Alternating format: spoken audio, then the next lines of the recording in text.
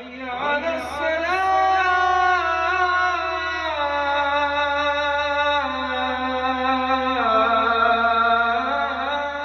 رب اشرح لي صدري ويسر لي أمري واحلل عقدة من لساني يفقهوا قولي رب زدني علما. يا أيها الذين آمنوا اتقوا الله حق تقاته ولا تموتن إلا وأنتم مسلمون. اللهم صل على محمد وعلى آل محمد كما صليت على إبراهيم وعلى آل إبراهيم إنك حميد مجيد. اللهم بارك على محمد وعلى آل محمد كما باركت على إبراهيم وعلى آل إبراهيم إنك حميد مجيد. حمد و تعریف، عزت و بڑائی، بزرگی و کبریائی اللہ وحدہ لا شریک کے لیے، جو یقیناً اس عظیم کائنات کا اکیلا خالق و مالک ہے۔ اس عظیم کائنات کی تخلیق میں اس کا کوئی ساتھی نہیں، اس کا کوئی مشیر نہیں، اس کی کوئی شورا نہیں۔ وہ رب العزت جس کے لیے چاہتا ہے اس کو نرین اولاد سے نوازتا ہے، وہ رب العزت جس کے لیے چاہتا ہے اس کو بیٹیوں سے نوازتا ہے۔ وہ رب العزت اگر کسی کے لیے فیصلہ کر لے کہ اس کو اولاد سے نہیں نوازنا تو ساری کائنات مل کے اس کو صاحب اولاد نہیں بنا سکتی۔ درود و سلام پیارے حبیب محمد مصطفیٰ مجتبیٰ صلی اللہ علیہ وسلم کی ذات گرامی پر، جنہوں نے یقیناً یہ دین اسلام ہم تک اکمل اور مکمل پہنچایا اور اس دین اسلام کی تبلیغ میں بڑی پریشانیوں، صعوبتوں اور تکلیف کا سامنا کیا۔ رحمتیں، برکتیں اللہ کے ہر نیک بندے اور بندی پر ہوں۔ ماشاءاللہ آپ کے پاس جب آتے ہیں تو آپ کا شوق، جذبہ دیکھ کے بہت خوشی ہوتی ہے۔ آپ احباب کے لیے اللہ کے نبی علیہ الصلاۃ والسلام نے بشارت دی ہے، من سلک طریقا یلتمس فیہ علما،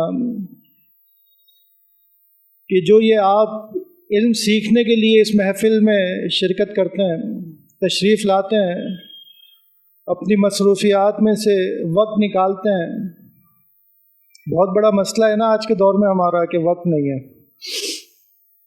تو یقین جانیں اس پہ ہم اللہ کا جتنا شکر ادا کریں کہ وہ ہمیں توفیق دیتا ہے کہ ہم اللہ اور اس کے رسول کی بات تقریباً ہر ہفتے آپ لوگ ماشاءاللہ شرکت کرتے ہیں، ہر ہفتے آپ لوگ اللہ اور اس کے رسول کی بات سننے سیکھنے کے لیے تشریف لاتے ہیں، تو یہ اللہ کا بہت بڑا فضل ہے۔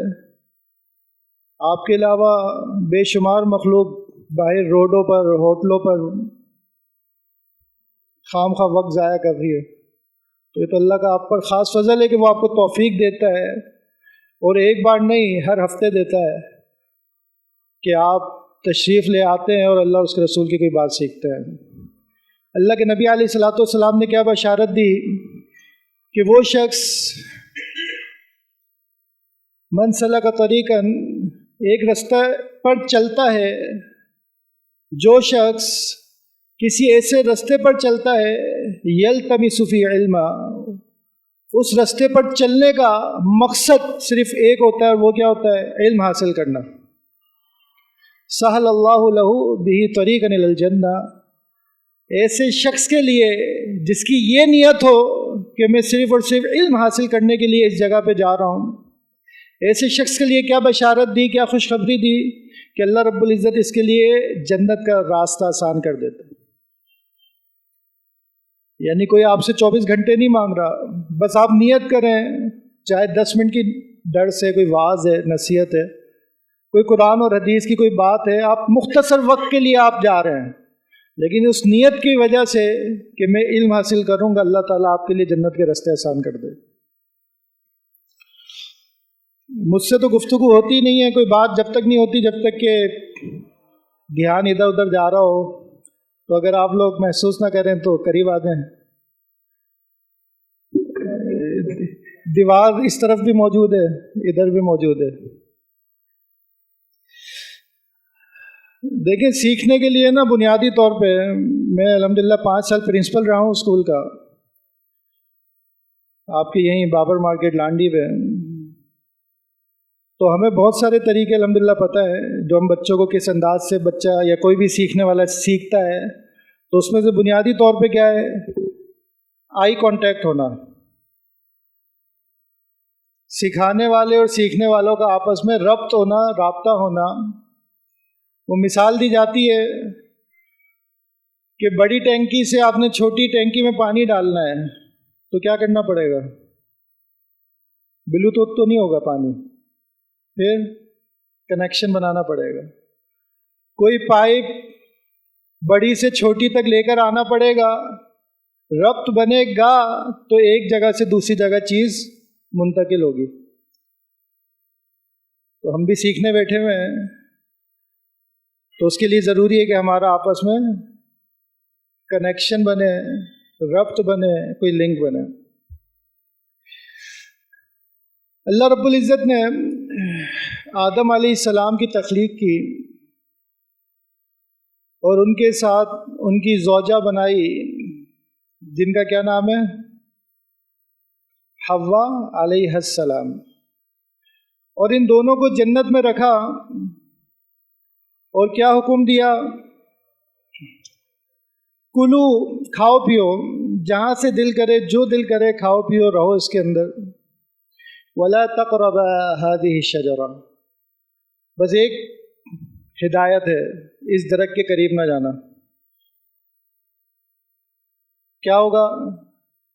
آپ نقصان والوں میں سے ہو جائیں گے، ظالمین میں سے ہو جائیں گے۔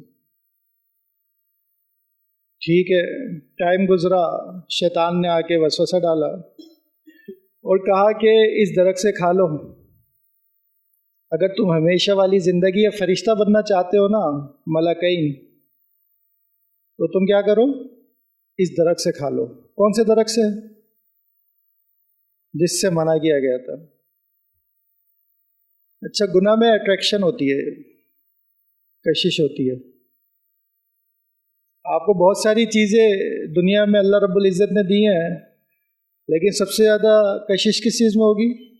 جس چیز سے منع کیا گیا ہے۔ تو یہی تو آزمائش ہے۔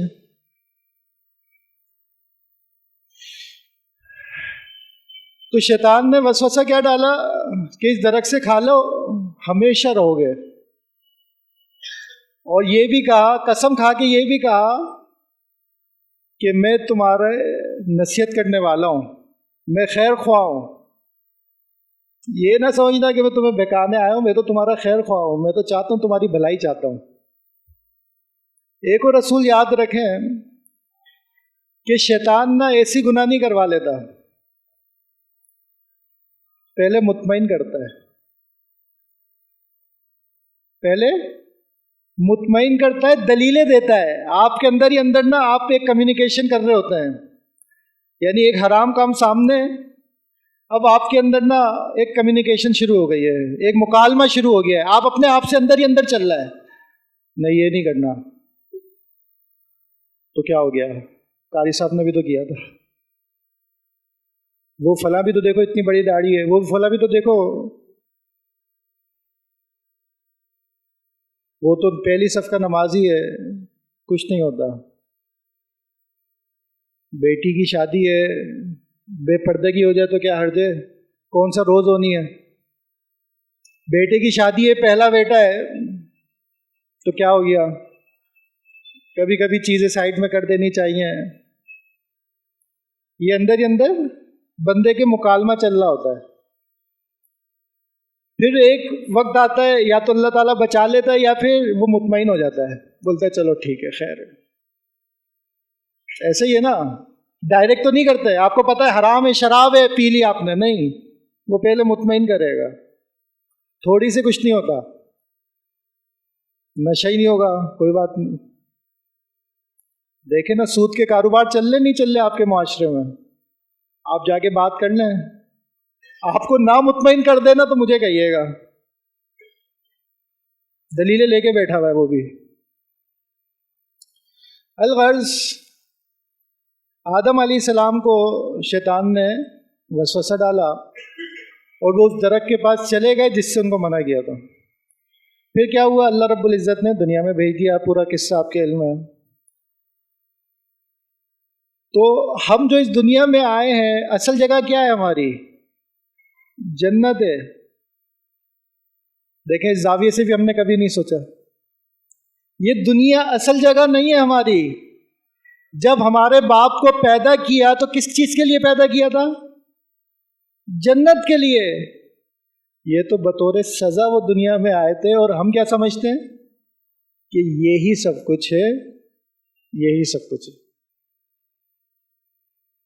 یعنی کتنی عجیب سی بات ہے نا. یعنی ایک بچہ جیل میں پیدا ہو جائے تو کیا وہ یہ سمجھتا ہے کہ یہ جیل ہی سب کچھ ہے میری؟ یا وہ کوششیں کرتا ہے کہ یار یہ تو میرے والد صاحب کسی مصیبت میں آ گئے تھے یہاں پہ، اس وجہ سے وہ یہاں آ گئے تھے، میں نے تو اس جگہ پہ جانا ہے جو اصل ہے. جیل اصل تو نہیں ہوتی. معذرت کے ساتھ ہم سبھی یہی سمجھتے ہیں نا کہ بس یہی ہے، اسی میں حلال بھی آنے دو، حرام بھی آنے دو، بس اچھے سے اچھی زندگی گزر جائے، بس بات کا بعد میں دیکھا جائے گا. تو اصل کیا ہے؟ انسان کی جنت ہے. اگر وہ اس کے لیے کوشش نہیں کر رہا، اگر میں اور آپ اس جنت کے لیے کوشش نہیں کر رہے، تو مثال بالکل ایسی ہے کہ گویا ہم جیل میں پیدا ہوئے ہیں اور اس جیل کو ہی ہم نے سب کچھ سمجھ لیا. لیکن اصل کہاں ہے؟ اصل تو جیل کے باہر ہے. تو جنت جو ہے وہ ہماری اصل جگہ ہے. یہ تو بطور امتحان ہم لوگ آئے ہیں اور ہم نے اس امتحان گاہ کو ہی سب کچھ سمجھ لیا اپنا. یہی تو سبب ہے کہ آپ معاشرے کے اندر جو بدامنی دیکھتے ہیں اس کی وجہ کیا ہے؟ کہ وہ سمجھتے کہ یار بس دوسرے کا حق مارا جا رہا ہے، مارا جائے، میرا اچھا ہو جائے. بات کی بات دیکھی جائے گی پھر. تو الغرض یہ تمہید باندھنے کا مقصد یہ ہے کہ انسان کے بنیادی طور پر دو دشمن ہیں. ایک کون ہے؟ شیطان مردود.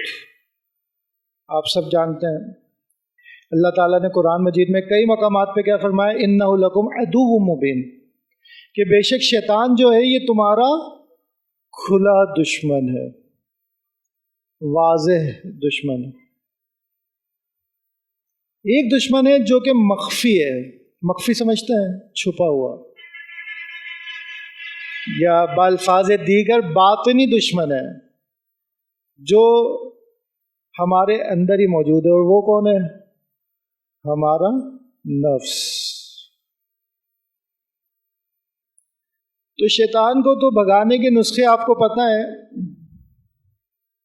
اور وہ اس میں سب سے بڑا نسخہ کیا ہے؟ طریقہ کیا ہے؟ تعوذ پڑھنا. اعوذ باللہ من الشیطان الرجیم. اور بائیں جانب تھتکار بھی سکتے ہیں اس کے وسوسے کو دور کرنے کے لیے حالت نماز. یہ تو واضح ہے شیطان، لیکن اصل چیز جو ہے وہ ہے ہمارا نفس. ایک اور چیز یاد رکھیں کہ میں نے اپنی تربیت خود کرنی ہے. میں نے جنت میں جانا ہے نا، تو مجھے اپنی تربیت خود کرنی پڑے گی. آج حقیقتاً والدین کے پاس وقت نہیں ہے کہ وہ بچوں کی تربیت کر سکے، تو میری اور آپ کی کون کرے گا؟ یا آپ یوں سمجھ لیں کہ آپ سے بڑھ کر آپ کا مخلص کوئی اور نہیں ہے. کیا خیال ہے؟ آپ سے بڑھ کر آپ کا مخلص، آپ سے مخلص کوئی نہیں ہے.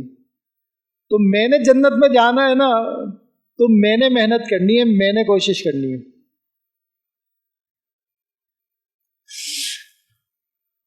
تو وہ کون سے طریقے ہیں جن کو اپنا کر میں اپنی تربیت کر سکتا ہوں، یا میں اپنے نفس کی تربیت کر سکتا ہوں؟ وہ کون سے طریقے ہیں؟ یہ تو ہمیں بات سمجھ آ گئی کہ ٹھیک ہے ہمارے دو دشمن ہیں، ایک شیطان، ایک میرا نفس ہے. ان النفس لامارۃ بالسوء، بے شک نفس برائی پر ابھارتا ہے. سورہ یوسف پڑھ لیں. تو نفس کی تربیت کیسے کریں، یہ آج کا ہمارا موضوع ہے. اس پر میں نے جمعے پڑھائے ہیں، اور اتنے جمعے تھے کہ میں خود بھی تنگ آ گیا، ختم ہو جائے یہ ٹاپک. ایک عالم دین ہے انہوں نے اس حوالے سے 13 طریقے جمع کیے قرآن و حدیث سے. کتنے؟ 13. میں نے وہ 13 کے 13 مختلف سلسلہ وار اپنے خطبات کے اندر وہ مکمل کیے الحمدللہ. یوٹیوب پر بھی کچھ ویڈیوز اس کے حوالے سے ڈالی ہوئی ہیں. تو ان میں سے 13 تو نہیں، ان میں سے چند آپ کے سامنے رکھوں گا انشاءاللہ.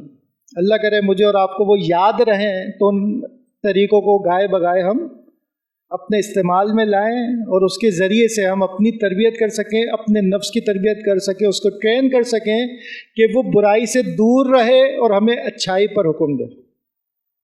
یہ مقصد ہے تربیت کا. تو پہلا طریقہ یہ ہے کہ میں نیت کروں، ارادہ کروں کہ میں نے اپنے آپ کو تبدیل کرنا ہے. یہ پہلا بنیادی نقطہ ہے. کیونکہ اگر میں تربیت چاہتا ہوں تو اس کے لیے نیت ضروری ہے. نیت کا مطلب ارادہ کریں گے تو آگے چیز چلے گی نا. ومن اراد الآخرۃ، اور جو شخص آخرت کا ارادہ کرتا ہے، نؤتیہ منہا، ہم اس شخص کو اس میں سے دیتے ہیں. اور جو دنیا کا ارادہ رکھتا ہے اللہ تعالیٰ فرماتا ہے ہم اس کو دنیا دیتے ہیں. تو میں کس چیز کا ارادہ رکھتا ہوں یہ مجھے اپنے آپ سے سوال کرنا چاہیے کہ کیا واقعی میں آخرت کا ارادہ رکھتا ہوں. میری نیت ہے کہ میں آخرت میں کامیاب ہو سکوں، جہنم سے بچ سکوں، جنت میں داخل ہو سکوں. تو سب سے پہلی چیز کیا ہے؟ ارادہ کرنا. دیکھیں نا، ڈاکٹر کے کہنے پہ ہم کیا کچھ نہیں چھوڑ دیتے. وہ بولتا ہے بی پی ہے تو یہ چیزیں نہیں کرنی،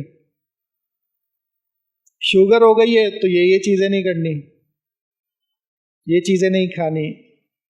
تو جب اللہ رب العزت مجھ سے یہ مطالبہ کرے کہ آخرت کا ارادہ رکھتا ہے تو یہ کام نہیں کرنا، تو پھر میں ان کاموں کو کیوں نہیں چھوڑ سکتا. دوسرا طریقہ یاد کرنے، میں نے بیچ میں پوچھنا ہے کہ کتنے طریقے میں بتا چکا ہوں. کتنے بتا دیے ہیں؟ پہلا بتایا، وہ کیا ہے؟ نیت کرنا، ارادہ کرنا. اور یہ یاد رکھیں کہ ارادہ جو ہے نا وہ عمل کے ساتھ ہے. یعنی وہ نیت ہی نہیں کہ جس کے لیے آپ کوشش نہ کرتے ہو. میں ایسے ہی بول دوں کہ میں 5 لاکھ فنڈ دوں گا اور میری نیت ہی کوئی نہیں، تو میں اس کے لیے کیا کروں گا؟ کوشش کروں گا. تو ارادہ وہی سچا کہلائے گا جس کے لیے میں اور آپ کوشش کریں گے. تو دوسری چیز ہے اپنے آپ کو سزا دینا. نفس کی تربیت کرنی ہے نا، تو اپنے آپ کو سزا دینی ہے.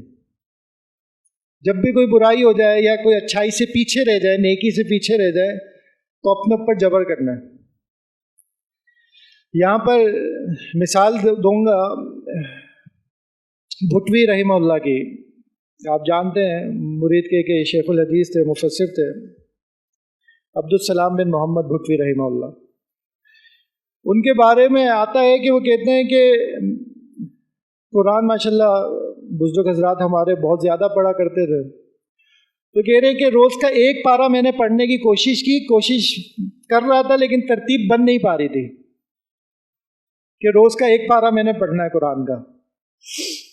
تو کہتے ہیں میں نے پھر اپنے نفس پر کیا جبر کیا، سزا مقرر کر لی میں نے کہ اگر 1 پارہ نہیں پڑھا تو اگلے دن ناشتہ نہیں کرنا ہے.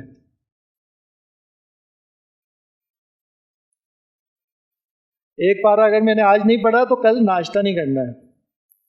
کہہ رہے اس چیز کے ساتھ، اس سزا کے ساتھ کیا ہوا؟ میری ترتیب بن گئی اور میں روز کا 1 پارہ پڑھنے لگ گیا. یہ صرف ہمارے شیخ کا عمل نہیں، یہ ہمارے صحابہ کرام کے ہاں بھی ایک چیز تھی. نافع رحمہ اللہ بیان کرتے ہیں، جو کہ شاگرد ہیں کس کے؟ کون سے صحابی کے شاگرد ہیں نافع؟ مشہور ہیں یہ تو.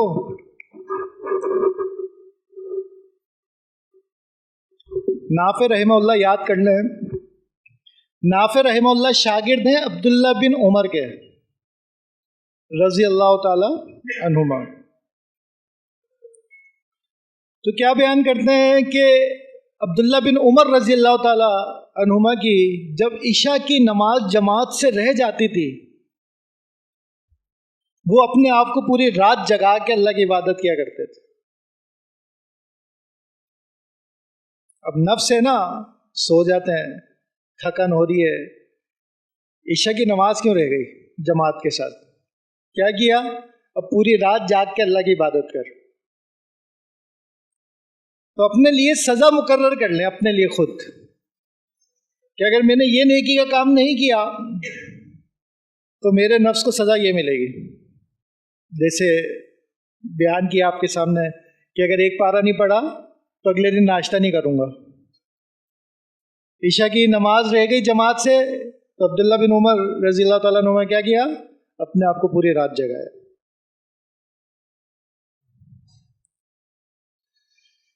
تیسرا طریقہ، جب گناہ ہو جائے، کوئی نماز جماعت سے رہ گئی، وعدہ خلافی ہو گئی، کوئی اور گناہ ہو گیا، تو اب آپ کو کوئی نہ کوئی نیکی کرنی چاہیے اس گناہ کے بعد۔ یہ بہت زبردست اللہ نے فارمولہ مقرر کیا، بلکہ اللہ کا عظیم احسان ہے۔ میں اکثر یہ بات کہتا ہوں کہ آپ جب قرآن اور حدیث کا مطالعہ کریں گے نا، آپ اس نتیجے پر پہنچیں گے کہ اللہ تعالیٰ مجھے عذاب دینا نہیں چاہتا، بندے کو عذاب دینا نہیں چاہتا، وہ تو بار بار موقع دیتا ہے۔ کوئی بات نہیں، یہ ہو گیا، یہ کر لے، یہ عمل کر لے، یہ عمل کر لے، میں اتنا ثواب اتنا ثواب اتنا ثواب دے دوں۔ یہ بھی ایک فارمولہ اللہ رب العزت نے دیا ہمیں کہ گناہ کے بعد کوئی نیکی کرو، اچھائی کرو، تو کیا ہوگا؟ ان الحسنات یذہبن السیئات، بے شک اچھائیاں، نیکیاں برائیوں کو لے جاتی ہیں۔ حدیث کے اندر بھی یہ ذکر موجود ہے، وَأَتْبِعِ الْحَسَنَةَ سَيِّئَةَ، اور اتباع کر نیکی کی برائی کے بعد۔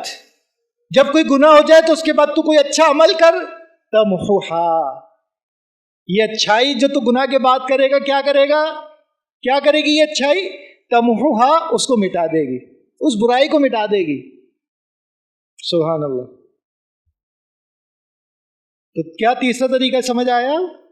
کہ گناہ ہو جائے تو پھر کوئی نیکی کرے، وہ نیکی اس گناہ کو مٹا دے گی۔ معاویہ بن حکم ہے رضی اللہ عنہ، ایک ہے معاویہ بن ابو سفیان،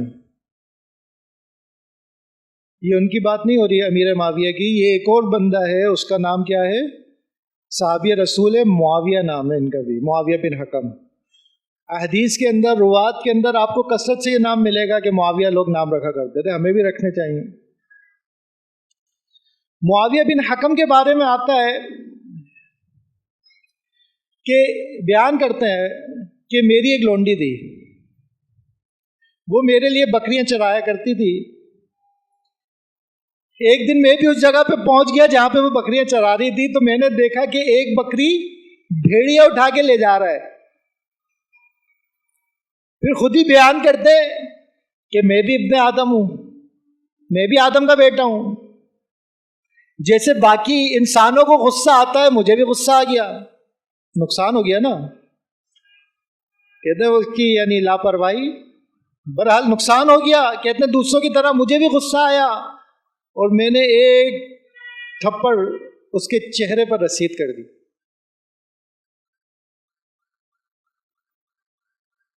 اللہ اکبر، بڑا نقطہ ہے اس جگہ پہ، آپ نے اس کو نوٹ کرنا ہے کہ گناہ کے بعد اگر بندے کے اندر گناہ کا احساس پیدا ہو جائے، یہ بڑی اللہ کی نعمت ہے۔ آج ہمارے معاشرے کا مسئلہ کیا ہے کہ احساس ہی نہیں ہے، زیادتی کر رہا ہے پتہ ہی نہیں ہے، احساس ہی کوئی نہیں، بہن کی وراثت نہیں دی، احساس ہی کوئی نہیں، وعدہ خلافی کی، احساس ہی کوئی نہیں، یہی ہے نا مسئلہ۔ تو اگر میرے اور آپ کے دل میں کسی گناہ کے بعد، کسی زیادتی کے بعد کسی جبر کے بعد اگر احساس پیدا ہوتا ہے نا کہ میں نے غلطی کر دی ہے، تو یقین جانے اللہ کا بہت بڑا احسان ہے مجھ پہ اور آپ پہ۔ اور اگر یہ جذبات نہیں آتے تو اپنی فکر کریں۔ یہ معاویہ بن حکم نے ایک کام کر دیا، غصے میں اپنی لونڈی کے ایک تھپڑ مار دیا، اور اس بات نے ان کو پریشان کر دیا۔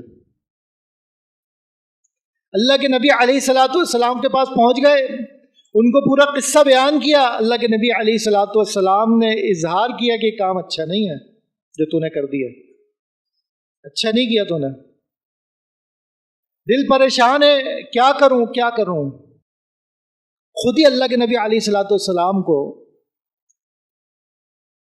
ایک ترتیب بتاتے ہیں، کیا میں اس کو آزاد کر دوں؟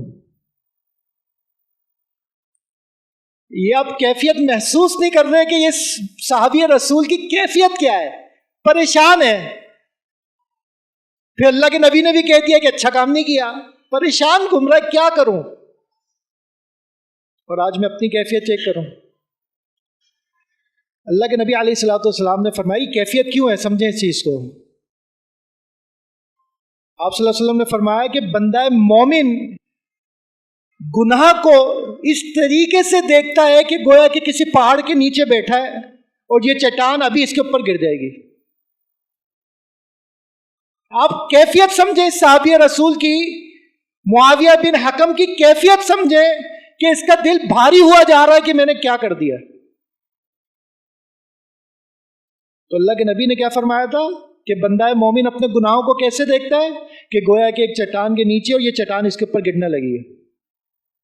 اس وقت کیا کیفیت ہوتی ہے بندے کی؟ ڈر، خوف۔ پھر فرمایا اور منافق بندہ پتہ ہے کیسے دیکھتا ہے کہ گویا کہ کوئی مکھی ہے جو آ کے ناک پر بیٹھی ہے، یوں کیا چل بھائی، مسئلہ ہی کوئی نہیں۔ منافق کافر گناہوں کو کس انداز سے دیکھتا ہے کہ گویا کہ مکھی تو آ کے بیٹھی ہے ناک پہ، کیا مسئلہ ہے، یوں کروں گا مکھی اڑ جائے گی، کوئی مسئلہ ہی کوئی نہیں۔ تو معاویہ بن حکم کی مجھے عین اس حدیث کے مطابق کیفیت لگ رہی ہے کہ ایک گناہ سرزد ہو گیا ہے، اس کے لیے پریشان گھوم رہے ہیں۔ خود ہی اللہ کے نبی علیہ الصلوۃ والسلام کو کیا کہتے ہیں کہ گناہ اگر میرا دھل جائے، میں اس کو آزاد کر دوں۔ اللہ کے نبی علیہ الصلوۃ والسلام فرماتے ہیں ائتنی بہا، اس کو میرے پاس لے کر آؤ۔ اللہ اکبر۔ اس کو لے کر آتے ہیں، اللہ کے نبی علیہ الصلوۃ والسلام اس سے پوچھتے ہیں این اللہ، اللہ کہاں ہے؟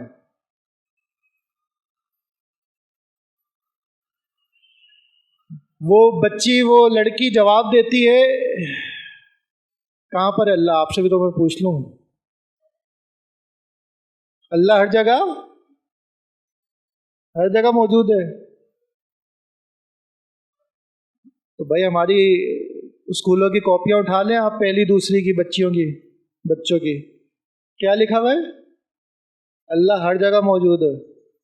یہ عقیدہ بالکل بھی جائز نہیں ہے، کوئی بندہ یہ عقیدہ رکھے۔ ہو سکتا ہے لوگوں کے لیے نئی بات ہو کہ یہ کون سی بات ہو رہی ہے، ہم تو بچپن سے سنتے آ رہے ہیں کہ اللہ ہر جگہ موجود ہے۔ اس زمین کے اوپر گندی جگہیں بھی موجود ہیں، تو کیا آپ کہیں گے کہ اللہ وہاں پہ بھی موجود ہے؟ اس مسئلے کو بھی سمجھ لیں، اللہ کہاں ہے؟ قرآن بھی یہ کہتا ہے کہ فی السماء۔ اس بچی نے، اس عورت نے، اس لڑکی نے جب اللہ کے نبی نے اس سے پوچھا، اس لونڈی سے این اللہ، تو یہ بھی کہتی ہے فی السماء، اشارہ بھی کرتی ہے اور کہتی ہے فی السماء، آسمانوں میں۔ اگر یہ لڑکی غلط جواب دے رہی ہے نا تو اللہ کے نبی علیہ الصلوۃ والسلام فوراً اس کو درست فرما دیتے۔ تو صحیح جواب کیا ہے؟ فی السماء، آسمانوں میں۔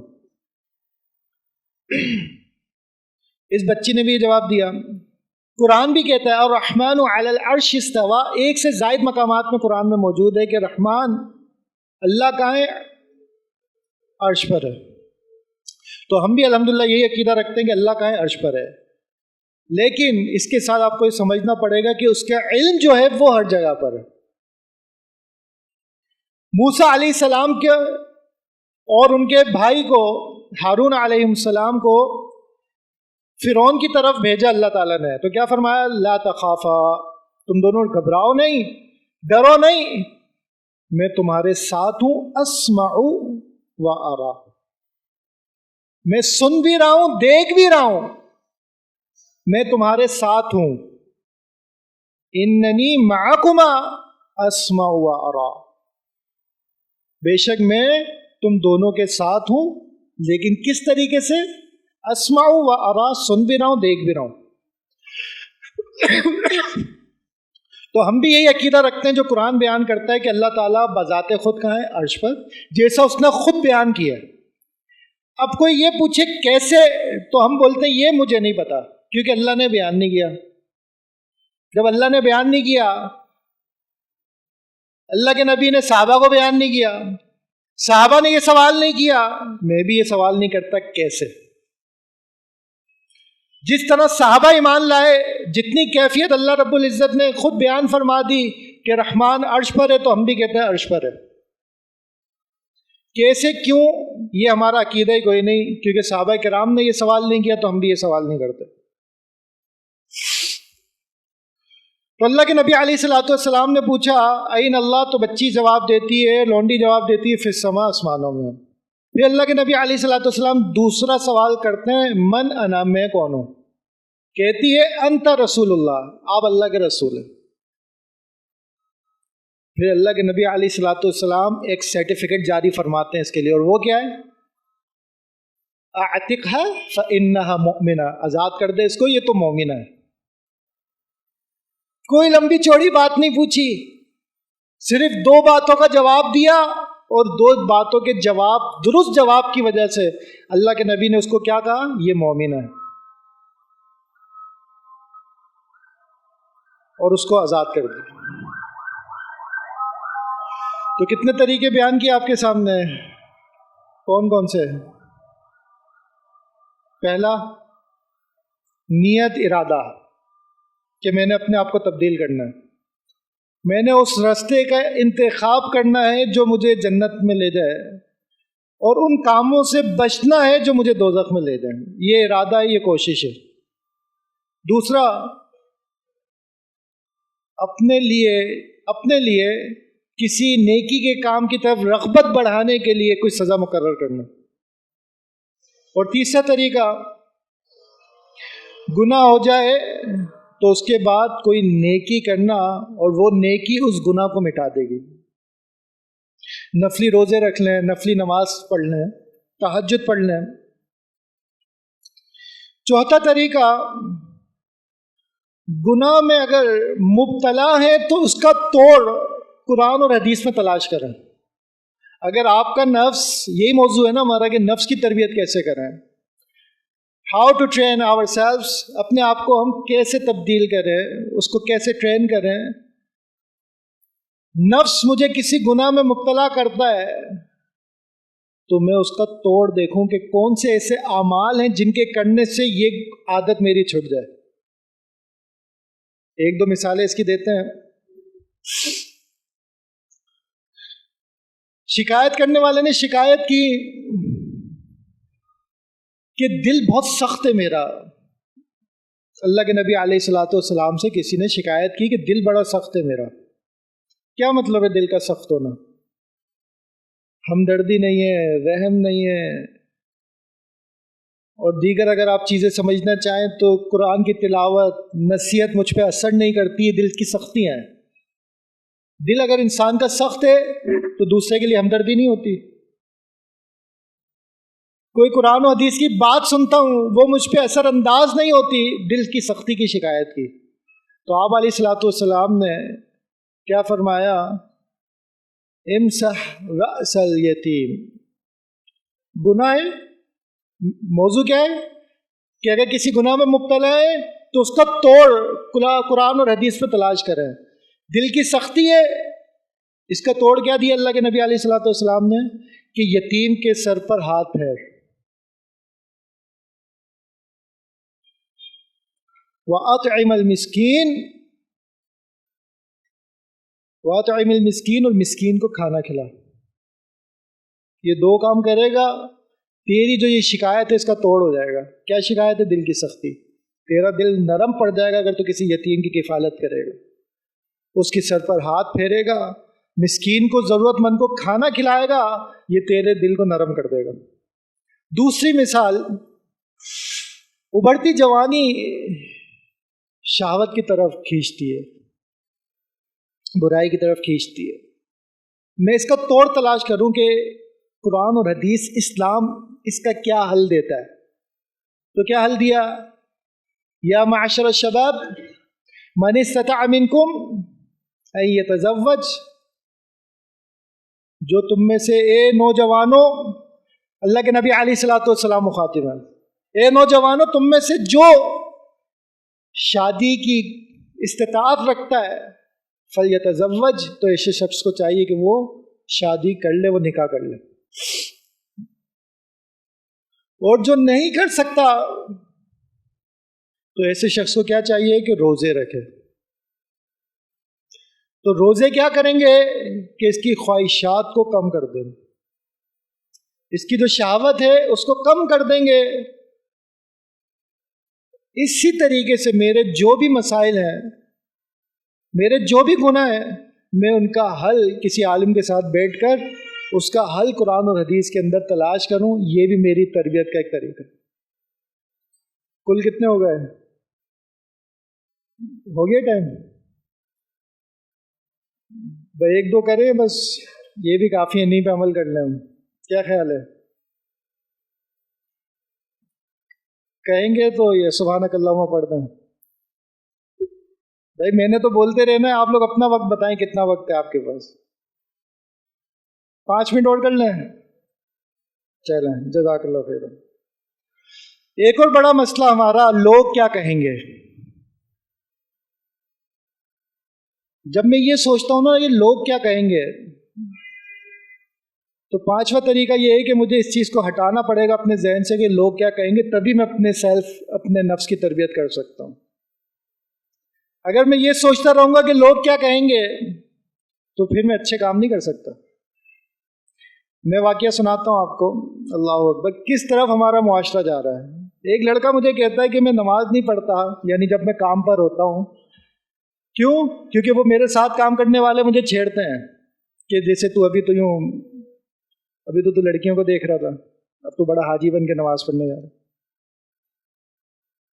اس طریقے کی اس نے کوئی بات کی مجھے۔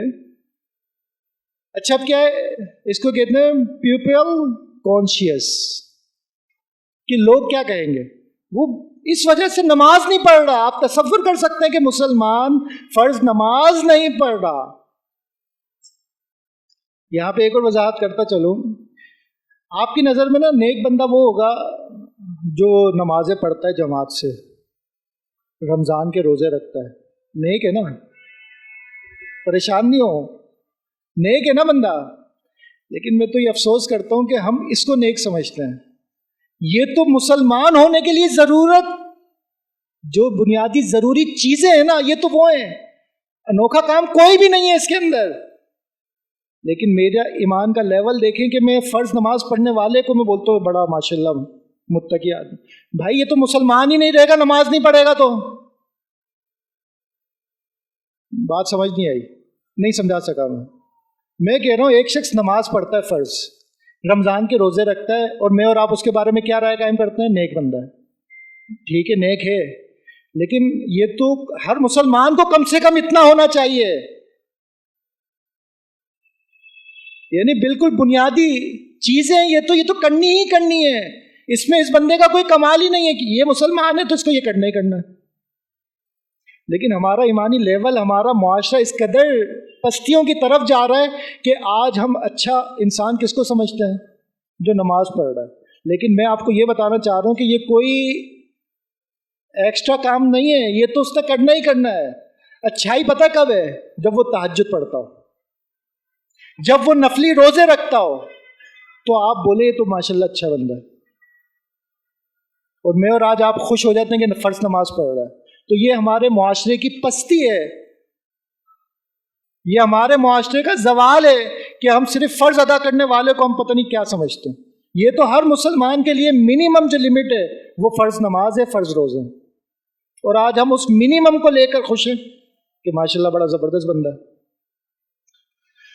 تو اسی طریقے سے کہ لوگ کیا کہیں گے، اس چیز کو آپ کو نکالنا پڑے گا تو پھر آپ کے لیے گراؤنڈ بنے گا، پھر آپ کھلا آپ نیکی کے کام کر سکتے ہیں۔ مثال کے طور پر آپ کسی کو پانی کا گلاس نہیں دے رہے کیونکہ آپ کے ذہن میں کیا آ رہا ہے کہ لوگ کیا کہیں گے۔ میں مسجد کی مثال دیتا ہوں نا، آپ مسجد میں جھاڑو نہیں لگا پا رہے، لگانا چاہتے ہیں، آپ مسجد کے کام کرنا چاہتے ہیں، آپ واش روم میں پانی ڈال کے اس کو صاف کرنا چاہتے ہیں، آپ وضو خانہ صاف کرنا چاہتے ہیں، لیکن نہیں کر پا رہے، اور آپ کو پتہ ہے کہ یہ نیکی کے کام ہے، کیوں نہیں کر رہے؟ لوگ کیا کہیں گے۔ تو آج ہم سب اس پنجرے کے اندر قید ہیں، جس پنجرے پہ کیا لکھا ہے؟ لوگ کیا کہیں گے۔ تو آپ نے یہ فوکس نہیں کرنا کہ لوگ کیا کہیں گے، آپ نے یہ فوکس کرنا ہے کہ اللہ کیا کہے گا۔ قیامت کا دن ہو،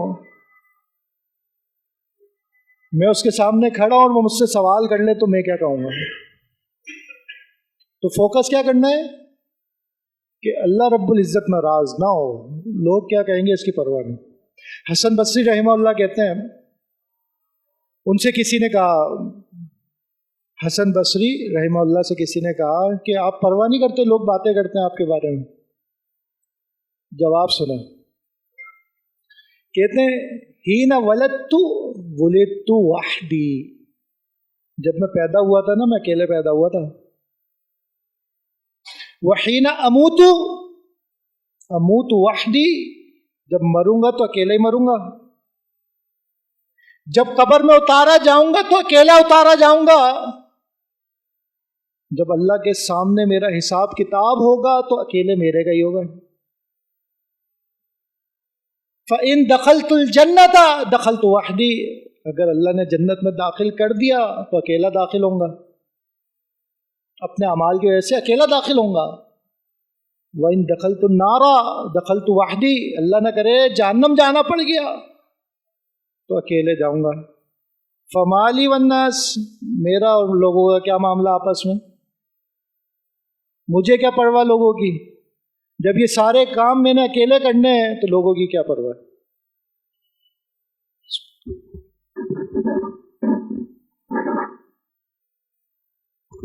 کتنے طریقے ہو گئے؟ 5 ہو گئے۔ چھٹا اور آخری بات کر کے مکمل کرتے ہیں، قبروں کی زیارت۔ میں نے اپنی آپ کی تربیت کرنی ہے نا تو مجھے چاہیے کہ میں قبروں کی زیارت کروں۔ آپ علیہ الصلوۃ والسلام نے فرمایا، انی نہیتکم عن زیارت القبور، میں نے تمہیں قبروں کی زیارت سے منع کیا تھا، اب میں تمہیں حکم دیتا ہوں کہ تم قبروں کی زیارت کیا کرو۔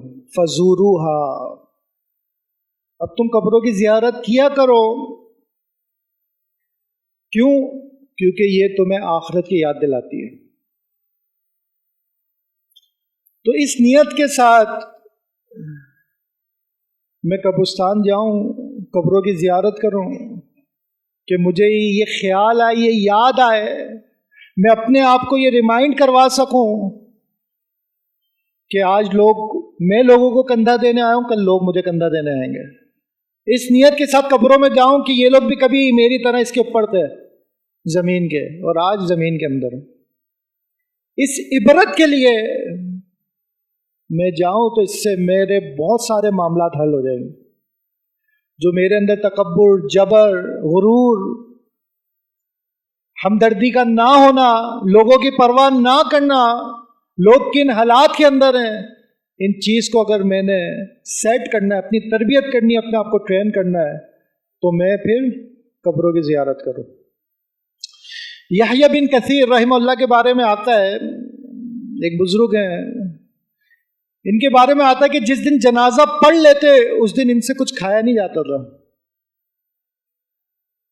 اور ان کے گھر والوں میں سے کوئی ان سے بات بھی نہیں کرتا تھا، بات بھی نہیں کر پاتا تھا۔ یعنی یہ اس قدر غم میں چلے جاتے تھے کہ ایک دن میں نے بھی مر جانا۔ عثمان غنی رضی اللہ تعالیٰ عنہ کے بارے میں آتا ہے کہ جب قبر کو دیکھتے نا تو بے ساختہ رو جاتے۔ لوگوں نے وجہ پوچھی تو بیان کرتے ہیں کہ اللہ کے نبی علیہ الصلوۃ والسلام نے فرمایا کہ قبر جو ہے نا یہ آخرت کی منازلوں میں سے ایک پہلی منزل ہے، جو اللہ نہ کرے اس میں پھنس گیا نا تو آگے تو پھر وہ پھنستا چلا جائے گا۔ تو قبر کی جو سختیاں ہیں ان چیزوں کو یاد کر کے وہ بہت زیادہ رویا کرتے تھے۔ آخری پوائنٹ، اللہ اکبر، جب بھی گناہ کی طرف راغب ہوں تو اپنے آپ کو یہ ریمائنڈ کروائیں، چند الفاظ ہیں وہ فوری یاد ہو جائیں گے، ممکن آپ کو پہلے سے یاد بھی ہوں۔ الم یعلم بان اللہ یرا، کیا الفاظ ہیں؟ الم یعلم بان اللہ یرا، کیا انسان یہ جانتا نہیں بان اللہ یرا کہ اللہ رب العزت اس کو دیکھ رہا ہے؟ یہی موضوع ہے نا ہمارا کہ ہم اپنے آپ کو کیسے ٹرین کریں، اچھائی پر کیسے ابھاریں، برائیوں سے کیسے روکیں۔ تو یہ آیت یاد کر لیں بس، سورۃ العلق کی، اقرأ بسم ربک الذی خلق، اسی میں آگے جا کے آپ پڑھیں گے الم یعلم بان اللہ یرا، کیا بندہ انسان یہ جانتا نہیں کہ اللہ رب العزت اس کو دیکھ رہا ہے۔ میں اپنے آپ کو ان الفاظوں کے ساتھ یاد دہانی کرواؤں، چھوڑ دے جھگڑا، الم یعلم بان اللہ یرا، کہ انسان نہیں جانتا کہ اللہ رب العزت دیکھ رہا ہے۔ دے دے بہن کا حصہ جو اس کا وراثت کا بنتا ہے، الم یعلم بان اللہ یرا، کیا نہیں جانتا کہ اللہ رب العزت دیکھ رہا ہے۔ نہ دے ماں بہن کی گالی، الم یعلم بان اللہ یرا، کیا نہیں جانتا بندہ کہ اللہ رب العزت دیکھ رہا ہے۔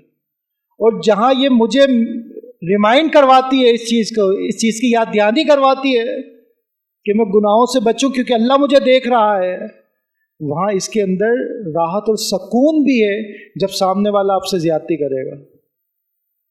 آپ اپنے آپ کو تسلی دیں ان الفاظوں کے ساتھ کہ اس نے گالی دی ہے، اس نے زیادتی کی ہے، الم یعلم بان اللہ یرا۔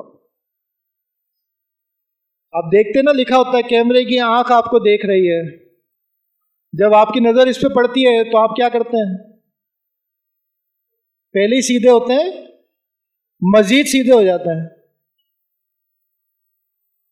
تو جب مجھے یہ خیال ہو الم یعلم بان اللہ یرا کہ اللہ رب العزت مجھے دیکھ رہا ہے، تو پھر میری کیفیت تبدیل کیوں نہیں ہوتی؟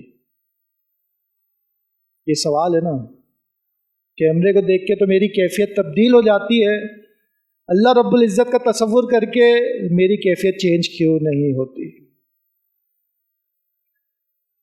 اجازت دیں تو ایک صحابی کا اس پہ قصہ بھی آپ کو سنا دوں، پھر بات مکمل کر لیتے ہیں۔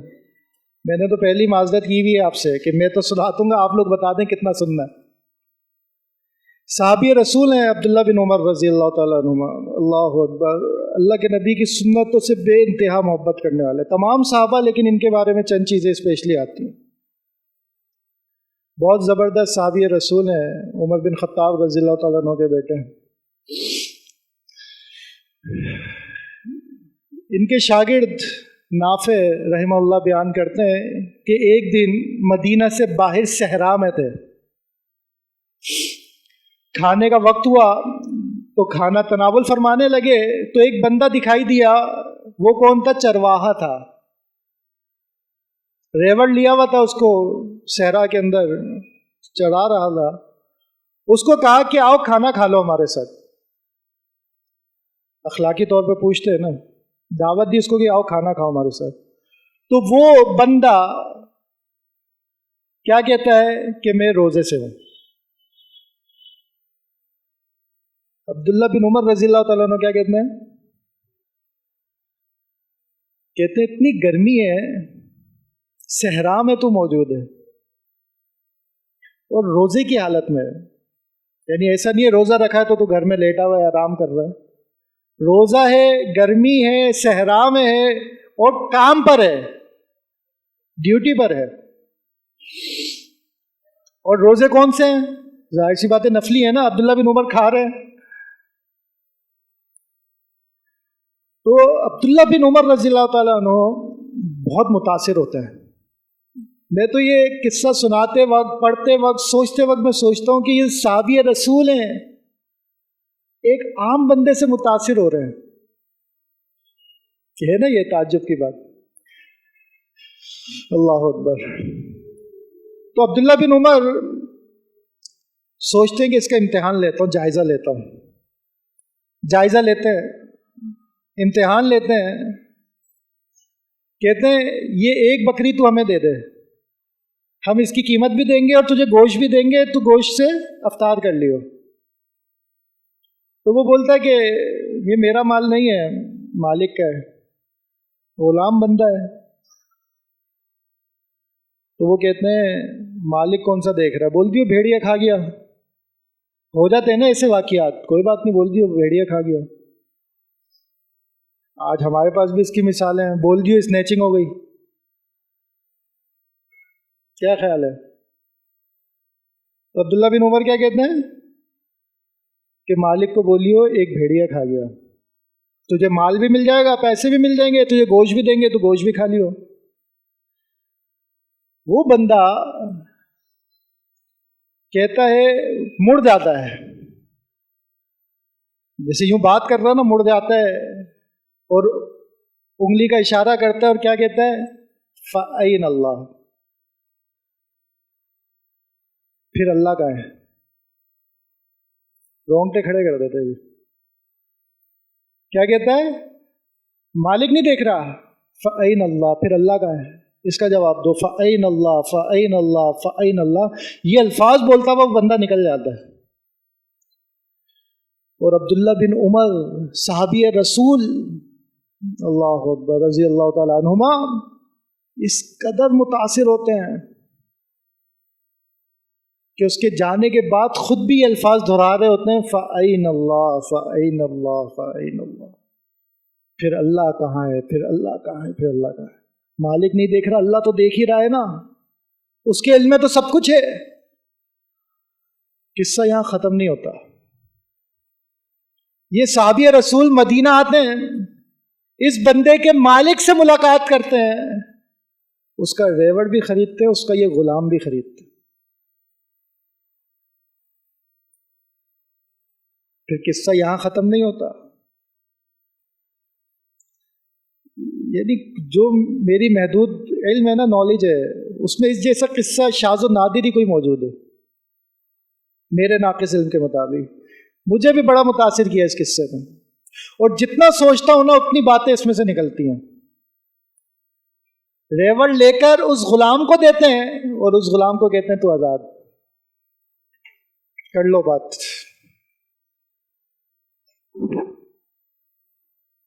تصور نہیں کر سکتے آپ سے اگر میں پوچھوں نا سب سے بڑی نعمت کیا ہے، تو آپ سب کے نزدیک آزادی کی کوئی حیثیت نہیں ہوگی، کیونکہ ہم سب آزاد ہیں. ہم نہ انگریز کے اعتماد تحت ہیں، ہم اپنی مرضی کرتے ہیں، آزاد ہیں، کوئی ہم پر ہر وقت بولنے والا نہیں ہے. غلامی سب سے بڑی اذیت ہے آزادی کی اہمیت میں، اور آپ جانتے نہیں ہیں. سب سے بڑی نعمت جو ہے نا وہ آزادی ہے. اور یہ شخص کون تھا؟ غلام، اور اوپر سے غریب. غلام غریب ہی ہوتے ہیں. غلام کا اپنا مال کچھ بھی نہیں ہوتا. آپ اس کو کوئی بھی چیز دیں گے نا تحفہ، وہ اس کے مالک کی ملکیت بن جاتی ہے اسلامی رولنگ کے مطابق. اس کی اپنی کوئی وراثت نہیں ہوتی. وہ مر جائے گا، اس کی کوئی چیز نہیں ہوگی جو تقسیم ہوگی، وہ سب مال. غلام جو ہے وہ اصل میں مال ہوتا ہے.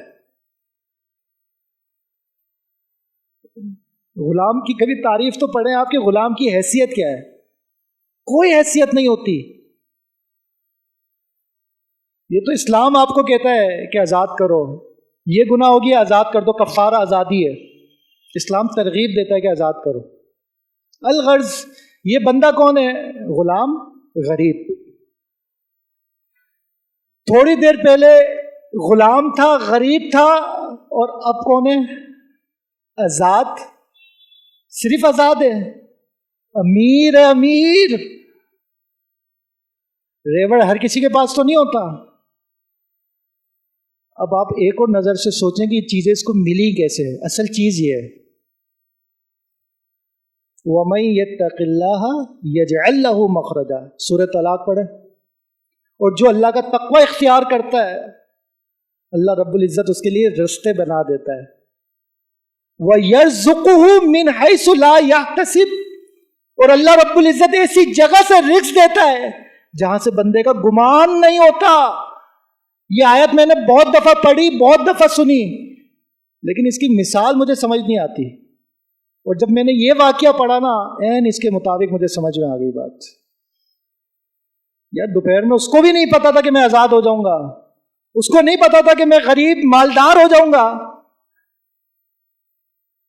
اور یہ ساری چیزیں اس کو کس بنیاد پہ ملی؟ اس کے تقوی کے۔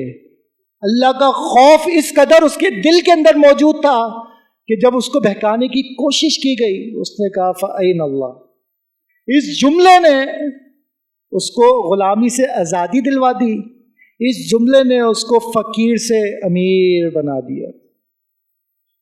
اور یہ کوئی کسی خاص محل و وقوع کے لیے یہ بات نہیں ہے، اللہ کا یہ وعدہ کہ جو اللہ کا تقوی اختیار کرے اللہ تعالیٰ اس کو ایسی جگہ سے رزق دے گا جہاں سے اس کا گمان نہیں ہوگا۔ یہ ہر دور کے لیے، قیامت تک کے لیے یہ آفر، یہ پیکج، یہ وعدہ موجود ہے کہ جو اللہ رب العزت کا تقوی اختیار کرے گا اللہ تعالیٰ اس کو ایسی جگہ سے رزق دے گا جہاں سے اس کا گمان بھی نہیں ہوگا۔